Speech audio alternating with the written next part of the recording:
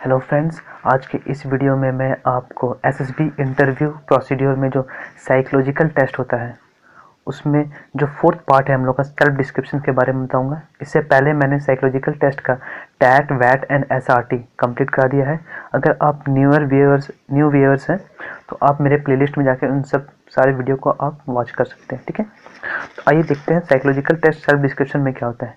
Self description में क्या होता है कि जो कैंडिडेट होता है वो पर्टिकुलर इन्वायरमेंट जिस इन्वायरमेंट से वो सराउंडेड है उसके बारे में डिटेल लिखा जाता है। मतलब कि मीन्स कि जैसे कि वे अपने जो फैमिली से घिरा हुआ है, जैसे मदर फादर का ओपिनियन क्या होता है। ठीक है, तो जिस इन्वायरमेंट में वो रहता है तो उनका ओपिनियन उसके प्रति लिखना पड़ता है। ठीक है, ये एक तरह से राइटिंग टेस्ट होता है ये। ठीक है, तो आइए देखते हैं इसमें क्या क्या किस किस के बारे में। इसमें जनरली जो होता है ना वो फाइव फाइव पॉइंट्स के बारे में पूछा जाता है इसमें। ठीक है, पहला जो पॉइंट होता है पेरेंट्स ओपिनियन।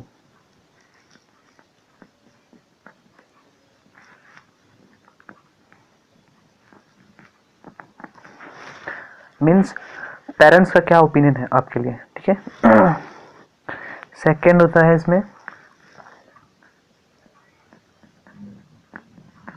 टीचर्स ओपिनियन, या फिर अगर आप कैंडिडेट हैं, स्टूडेंट हैं, 12th के बाद गए या फिर कॉलेज के आफ्टर कॉलेज में ही एसएसबी इंटरव्यू पे गए हैं, तो टीचर्स का क्या ओपिनियन है, आपके टीचर्स के आपके प्रति क्या ओपिनियन है। और अगर आप एम्प्लॉय हैं, कहीं पे सर्विंग कर रहे हैं, ठीक है, तो आपके एम्प्लॉयर का आपके प्रति क्या ओपिनियन है। एम्प्लॉयर्स ओपिनियन, या फिर आप डिफेंस कैंडिडेट हैं, ठीक है, तब एसएसबी में गए तो आपके जो सीनियर होते हैं या फिर कमांडर होते हैं, ठीक है, सीनियर्स और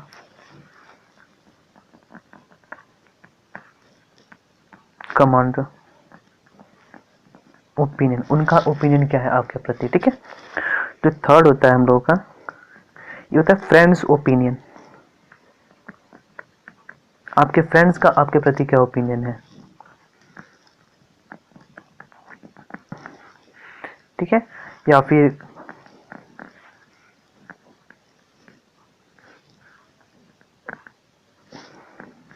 कलीग्स, ठीक है, सहकर्मी या सहकर्मी जो ऑफिस दफ्तर में आप काम कर रहे हैं उसमें जो आपके जो सहकर्मी हैं उनके क्या ओपिनियन है अपने प्रति। अगर आप जैसे कि एम्प्लॉय हैं तो वे लोग जो भी एम्प्लॉय हैं वो अपने एम्प्लॉयर्स ओपिनियन लिखेंगे और फ्रेंड्स ओपिनियन जगह कलीग्स लिखेंगे। फ्रेंड्स भी लिख सकते हैं, ठीक है, इसमें कोई वे नहीं है। सॉरी। फिर जो फोर्थ पॉइंट होता है हम लोगों का what you think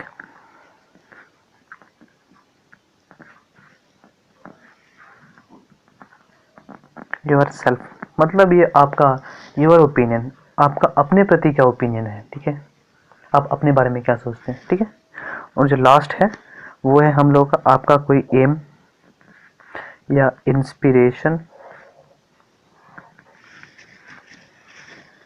sorry,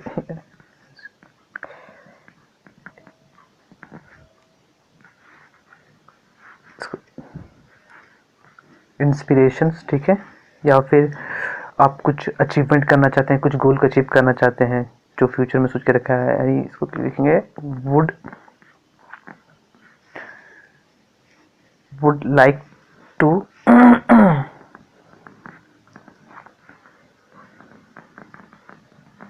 achieve any goal. ठीक है, तो जनरली आप ये जो पॉइंट देख के आपको लग रहा है कि ये तो एक तरह से राइटिंग टेस्ट है, तो इसको आपको वहाँ पे नहीं, इसको आपको अभी से ही प्रिपेयर कर लेना है। ठीक है, कम से कम 100 वर्ड्स, मिनिमम 100 वर्ड्स होता है। मतलब कि ए फोर शीट का जो हाफ पेज होता है ना उसमें आपको सब चीज़ को लिखना है। A4 शीट में हाफ में पेरेंट्स ओपिनियन, फिर अदर A4 शीट हाफ में जो है टीचर्स ओपिनियन, ये मतलब कि 100 वर्ड्स। ठीक है, 100 वर्ड्स, ठीक है, मिनिमम 100 वर्ड्स होना चाहिए। ठीक है, हाँ, तो इसको आप अभी से ही एक पेपर में प्रिपेयर कर लीजिए और उसको अच्छे से याद कर लीजिए, ठीक है। क्योंकि वहाँ पे आपको इस टेस्ट में है ना, आपको बता दूँ कि जैसे SRT में आपको 30 मिनट मिलता है, ठीक है। तो सेल्फ डिस्क्रिप्शन में लिखेंगे आपको 15 मिनट है। इस टेस्ट के लिए जो एग्जाम का जो टाइम है 15 मिनट है। 15 मिनट में आपको ये सारे लिख देने हैं, ठीक है, पेपर में, ठीक है।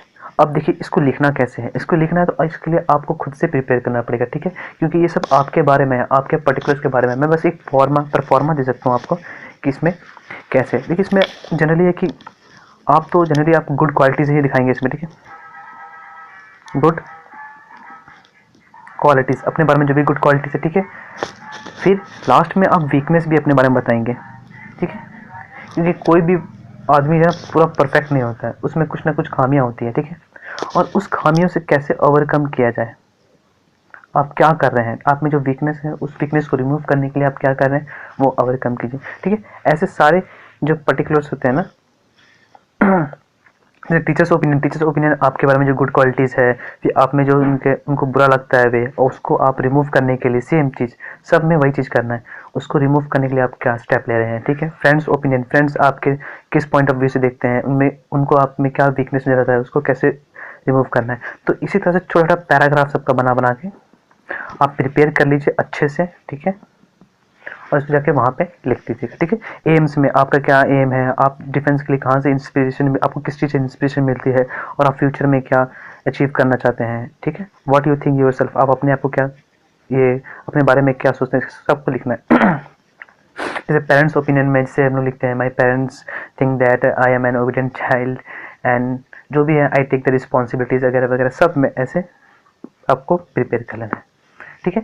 तो यही है साइकोलॉजिकल टेस्ट का सेल्फ डिस्क्रिप्शन, जो कि 15 मिनट के लिए 15 मिनट का ये एग्ज़ाम है, ठीक है। चलिए अब ये आज सेल्फ डिस्क्रिप्शन में तो इतना ही है, इसके बारे में और क्या, आप जब आप प्रिपेयर कर लेंगे तो आपको खुद एक ओवरव्यू आइडिया हो जाएगा। मैं तो बस आइडिया दे रहा हूँ कि इसमें होता है क्या, ठीक है। और एक और बात देखिए, जनरली क्या होता है ना, बहुत सारे आते हैं कि इंग्लिश वीक है, इंग्लिश वीक है। देखिए इसमें SSB में ना इंग्लिश उतनी स्ट्रांग नहीं मांगती है, मतलब परफेक्ट नहीं मांगती, लेकिन आप परफेक्ट रखें इंग्लिश आपको, ठीक है। जनरली GDD में तो है कि आपको इंग्लिश में ग्रुप डिस्कशन करना पड़ेगा, ठीक है। लेकिन जब आप लिखेंगे, टैट की स्टोरी लिखेंगे, SRT सिचुएशन रिएक्शन टेस्ट लिखेंगे, तो वे क्या है, आपको कम मतलब कि लिमिटेड सेंटेंस लिखने हैं। क्योंकि मतलब लिमिटेड सेंटेंस में शॉर्ट सेंटेंस में आपको ख़त्म कर देना है, क्योंकि आपके पास टाइम का शॉर्टेज होता है, ठीक है। तो इसके लिए मैंने जो बुक रिकमेंड की थी ना, मैंने वो बुक मैंने इसलिए वेबसाइट पे डाली थी कि आप उसको, मैं ये नहीं कहता हूँ उसको याद करिए, मैं बोलूँगा बस आप उसको डेली पढ़ते रहिएगा ना। आप जिसकी अगर आप वैट से ही अगर आप 200 वर्ड उसमें से पढ़ लें, तो आपको हर एक वैट जो आइडिया होती है, निगेटिव वर्ड होता है, एक जो भी वर्ड्स होते हैं हम लोग के निगेटिव वर्ड्स और पॉजिटिव वर्ड है, तो उससे कैसे शॉर्ट आउट किया जाए, ठीक है, शॉर्ट आउट किया जाए, ठीक है। तो उससे आपको एक वर्ड का पावर का वैल्यू पता चलेगा आपको कि हाँ, इस वर्ड में अगर मैं ये वैल्यू, ये इस टाइप का सेंटेंस में बनाने में ये वर्ड डालता हूँ तो इससे मेरा ओवरकम हो जाता है। जैसे कि मैं आपको बताऊं कि जैसे कि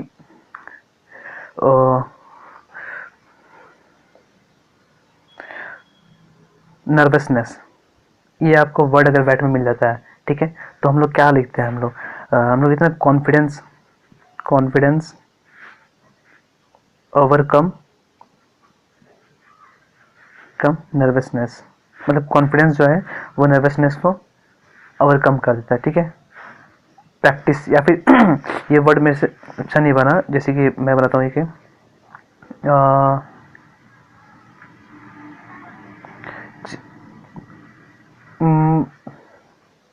जस्ट अ मिनट, अच्छा मैं जैसे कि फेलियर ही हो गया, ठीक है ना, फेलियर, तो नो लिखते हैं ना रेगुलर, एक एग्जांपल दे रहा हूँ मैं, ठीक है ना, regular practice reduce chances of failure, जैसे लिखते हैं ना, मतलब जो रिड्यूस वर्ड हो गया, ठीक है। जैसे आपको वर्ड मिलता है कि रिड्यूस का कहाँ कहाँ यूज़ किया जाए, ठीक है। तो ऐसे बहुत सारे अगर आप वैट पढ़ेंगे ना, तो आपको वर्ड का भी नॉलेज हो जाएगा, ठीक है। और टैट की स्टोरी देखिए, उसमें आप, मैंने तो वैसे ही बता दिया, आप बस 20 से आप कंटिन्यूस टैट के लिए जो है ना, आप 20 स्टोरी आप अच्छे से पढ़ जाइए, और उसको पिक्चर के हिसाब से, ठीक है ना, आप उसको मेमोराइज कर लीजिए कि हाँ इस सिचुएशन आएगा, अगर ये मूड रहेगा उस पिक्चर में, ऐसा मूड नजर आएगा तो मैं उसमें ये स्टोरी लिख सकता हूँ। इसलिए आप एक पिक्चर पे कोई भी 3 स्टोरी लिखिए, ठीक है। 2 पिक्चर, फिर सेकंड पिक्चर पे ऐसी कोई 3 स्टोरी लिखिए, 3 मूड पे लिख लीजिए, ठीक है। तो ऐसे आपको स्टोरी याद रहेगा ना, तो वहाँ पे आपको पिक्चर आएगा ना, तो आप इजिली वे में उस पिक्चर को पुट कर सकते हैं उस सिचुएशन में, ठीक है। हाँ, और वैट के लिए तो मैंने आपको बता दिया कि कम से कम 200 प्लस अगर वर्ड आप वैट पढ़ जाते हैं ना, तो इससे आपकी वैट की स्टोरी भी अच्छी हो जाएगी, प्लस आपका वर्ड पावर भी इसमें इंक्रीज हो जाएगा, ठीक है। और सिचुएशन रिएक्शन टेस्ट के लिए तो मैं फिर उसका भी 200 आप सिचुएशन पढ़ जाइए, ठीक है ना।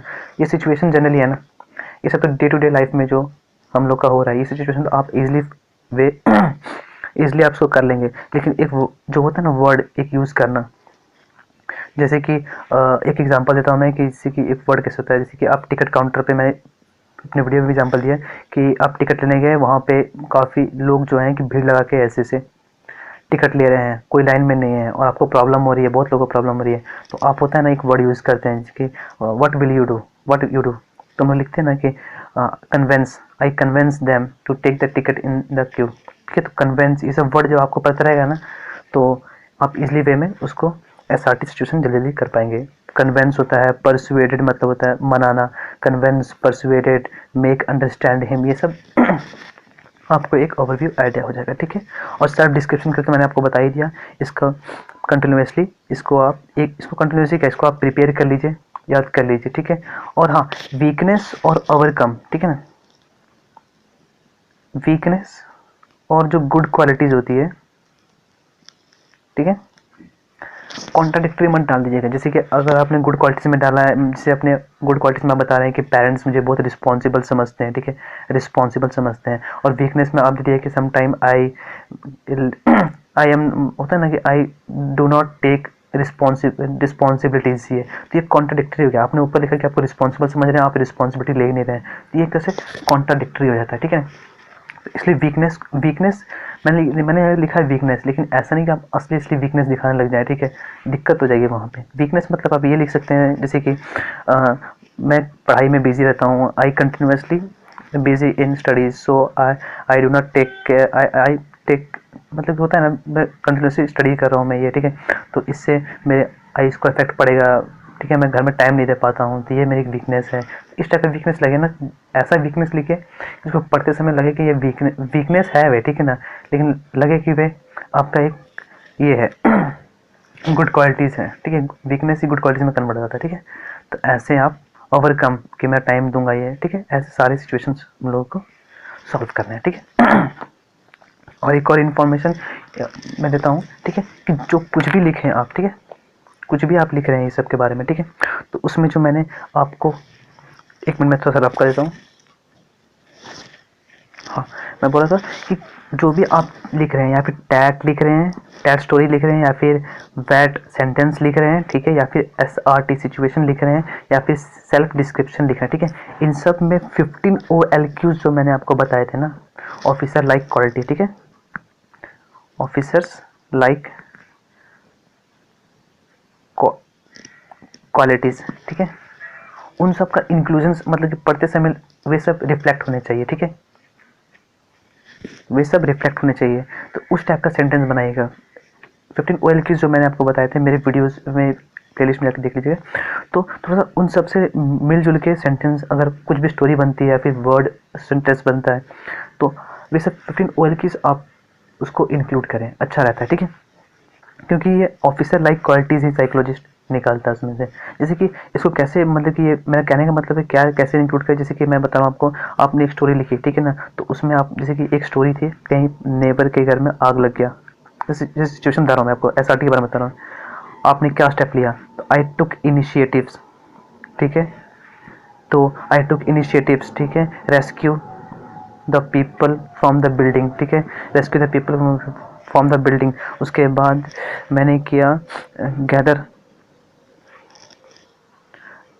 द पीपल, ठीक है, मैंने पीपल को इकट्ठा किया, तो ये इनिशिएटिव लिया आपने, यानी आपकी जो सेल्फ कॉन्फिडेंस होती है वे इससे रिफ्लेक्ट हो रही है। रेस्क्यू द पीपल, आपका जो इंटेलिजेंस लेवल होता है, ठीक है, फायर ब्रिगेड को तो जल्द से जल्द फायर ब्रिगेड को कॉल कर देना, ये आपका इफेक्टिव इंटेलिजेंस हो गया। गैदर पीपल मतलब ability to influence other along with ये, फिर मैंने होता है कि along with other people control our fire. ये along with other people control your fire, इससे आपकी कौन सी क्वालिटी डिस्प्ले होती है? कॉपरेशंस की। ठीक है, तो ऐसा सेंटेंस लिखिएगा ना तो वह आइडेंटिफाई होगा। ठीक है, होप आपको 15 OLQs का बेनिफिट आपको पता चल गया होगा कि कैसे इसको इंक्लूड करना है, चाहे टैट की स्टोरी हो, चाहे वर्ड एसोसिएशन टेस्ट में हो, ठीक है, या फिर सेल्फ डिस्क्रिप्शन में हो। ऐसे ऐसे सेंटेंस आप बनाइएगा। ठीक है, और मैं एक और इन्फॉर्मेशन दे रहा हूँ, मैं लास्ट ईयर इन्फॉर्मेशन कि मैं एक अनदर चैनल बना रहा हूँ। ठीक है, तो उसमें क्या है ना, उसमें ये वोकैब की है। ठीक है, ये जनरली है ना जो भी आप लिखते हैं टैट वेट में, तो उसका वर्ड पावर थोड़ा सा, वर्ड जो है ना उसको इंक्रीज करने के लिए। ठीक है, कुछ जनरली GRE बैरन की जो वर्ड होती है, जो कि आपके किसी भी एग्ज़ाम में, या फिर SSC हो, या फिर CGL हो, SSC CGL हो, या फिर बैंकिंग एग्ज़ाम हो, इंग्लिश जो है ना आपके हर लेवल में, FCAT हो। ठीक है, FCAT का अगर आप क्वेश्चन देखेंगे तो उसमें GRE बैरन से ही इंग्लिश के सारे पेपर आते हैं। GRE बैरन मतलब कि word, find the word meaning, या फिर अपोजिट वर्ड, एंटोनिम्स, सिनोनिम्स। तो मैं GRE बैरन वोकैब से एक वीडियो बना रहा हूँ। ठीक है, उसमें क्या है कि आपको वर्ड बहुत इजी वे में रिमेंबर हो जाएगा। ठीक है, वे विजुअलाइज बेस्ड है। ठीक है, वे मूवीज़ पे बेस्ड है, विजुअलाइज बेस्ड है। अगर आप मैं उस चैनल बनाऊंगा तो मैं आपको इंटीमेट कर दूंगा। ठीक है, उसको आप सब्सक्राइब करते हैं तो आपकी जो वर्ड पावर है ना वो काफ़ी इंक्रीज हो जाएगी। ठीक है, चलिए आज के लिए मैं साइकोलॉजिकल टेस्ट डिस्क्रिप्शन में इतना ही रखता हूँ। नेक्स्ट में मैं GTO सीरीज बताऊँगा आपको। Okay guys, thank you for watching.